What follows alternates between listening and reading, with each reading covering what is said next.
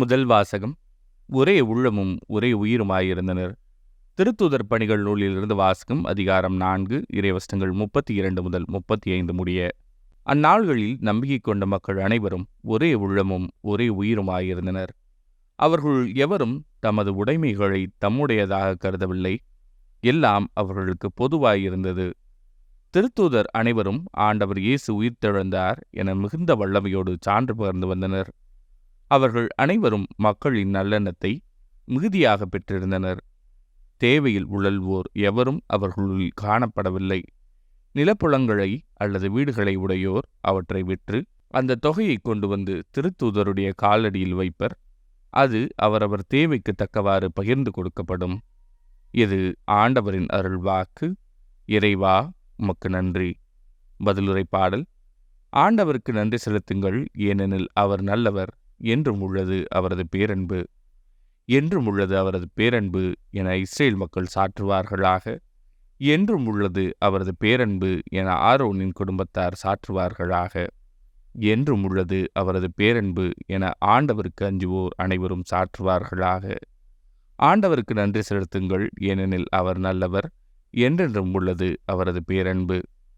ஆண்டவரது வழக்கை உயர்ந்தோங்கியுள்ளது. ஆண்டவரது வழக்கை வலிமையாய் செயலாற்றியுள்ளது. நான் இறந்தொழியேன், உயிர் வாழ்வேன்.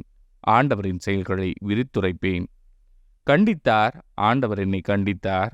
ஆனால் சாவுக்கு என்னை கையளிக்கவில்லை. ஆண்டவருக்கு நன்றி செலுத்துங்கள், ஏனெனில் அவர் நல்லவர். என்றும் உள்ளது அவரது பேரன்பு. கட்டுவோர் புறக்கணித்த கல்லே கட்டடத்துக்கு மூளைக்கல்லாயிற்று. ஆண்டவரால் இது நிகழ்ந்துள்ளது. நம் கண்களுக்கு இது வியப்பாயிற்று. ஆண்டவர் தோற்றுவித்த வெற்றியின் நாள் இதுவே. இன்று அக்களிப்போம், அகமகிழ்வோம். ஆண்டவருக்கு நன்றி செலுத்துங்கள், ஏனெனில் அவர் நல்லவர். என்றும் உள்ளது அவரது பேரன்பு. இரண்டாம் வாசகம். கடவுளிடமிருந்து பிறக்கும் அனைத்தும் உலகை வெல்லும். திருத்தூதர் யோவான் எழுதிய முதல் திருமுகத்திலிருந்து வாசகம். அதிகாரம் 5, இறைவசனங்கள் 1 முதல் 6 முடிய. அன்பார்ந்தவர்களே, இயேசுதான் மெசியா என்று நம்புவோர் அனைவரும் கடவுளிடமிருந்து பிறந்தவர்கள். பெற்றவரிடம் அன்பு செலுத்துவோர் பிள்ளைகளிடமும் அன்பு செலுத்துவர். நாம் கடவுள் மீது அன்பு கொண்டு அவர் கட்டளைகளை கடைப்பிடிக்கும் போது கடவுளின் பிள்ளைகள் மீதும் அன்பு கொள்கிறோம் என்பது நமக்கு தெரிய வரும். ஏனெனில் அவர் கட்டளைகளை கடைப்பிடிப்பதில்தான் கடவுள் அன்பு அடங்கியுள்ளது. அவர் கட்டளைகள் நமக்கு சுமையாய் இருப்பதில்லை. ஏனெனில் கடவுளிடமிருந்து பிறக்கும் அனைத்தும் உலகை வெல்லும். உலகை வெல்வது நம் நம்பிக்கையே. இயேசு இறைமகன் என்று நம்புவோரை தவிர உலகை வெல்வோர் யார்? நீராலும் இரத்தத்தாலும் வந்தவர் இயேசு கிறிஸ்து. அவர் நீரால் மட்டுமல்ல, நீராலும் இரத்தத்தாலும் வந்தவர் என தூய ஆவியார் சான்று பகர்கிறார். தூய ஆவியாரே உண்மை. இது ஆண்டவரின் அருள்வாக்கு. இறைவா, உமக்கு நன்றி. நற்செய்தி வாசகம். 8 நாட்களுக்கு பின் இயேசு சீடர்களுக்கு தோன்றினார். யோவான் எழுதிய தூய நற்செய்தியிலிருந்து வாசகம். அதிகாரம் 20, இறைவசனங்கள் 19 முதல் 31 முடிய. அன்று வாரத்தின் முதல் நாள். அது மாலை வேளை. யூதர்களுக்கு அஞ்சி சீடர்கள் தாங்கள் இருந்த இடத்தின் கதவுகளை மூடி வைத்திருந்தார்கள். அப்போது இயேசு அங்கு வந்து அவர்கள் நடுவில் நின்று, உங்களுக்கு அமைதி உரித்தாக என்று வாழ்த்தினார். இவ்வாறு சொல்லிய பின் அவர் தம் கைகளையும் விழாவையும் அவர்களிடம் காட்டினார்.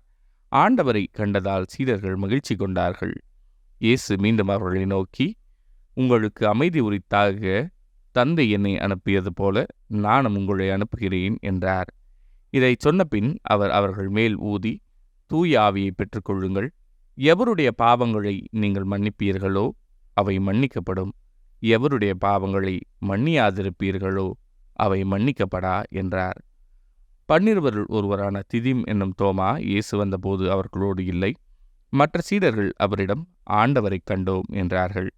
தோமா அவர்களிடம், அவருடைய கைகளில் ஆணிகளால் ஏற்பட்ட தழும்பை பார்த்து அதில் என் விரலை விட்டு அவர் விழாவில் என் கையை இட்டாலன்றி நான் நம்ப மாட்டேன் என்றார்.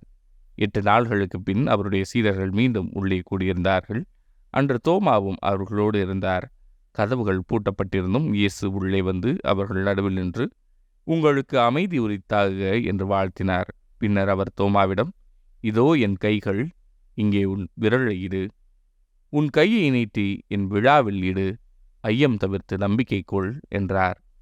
தோமா அவரை பார்த்து, நீரே என் ஆண்டவர், நீரே என் கடவுள் என்றார். இயேசு அவரிடம், நீ என்னை கண்டதால் நம்பினாய், காணாமலே நம்புவோர் பேறு பெற்றோர் என்றார். வேறு பல அரும் அடையாளங்களையும் இயேசு தம் சீடர்கள் முன்னிலையில் செய்தார்.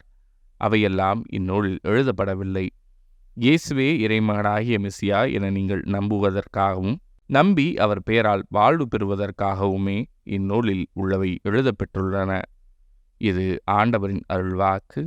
கிறிஸ்துவே உமக்கு புகழ்.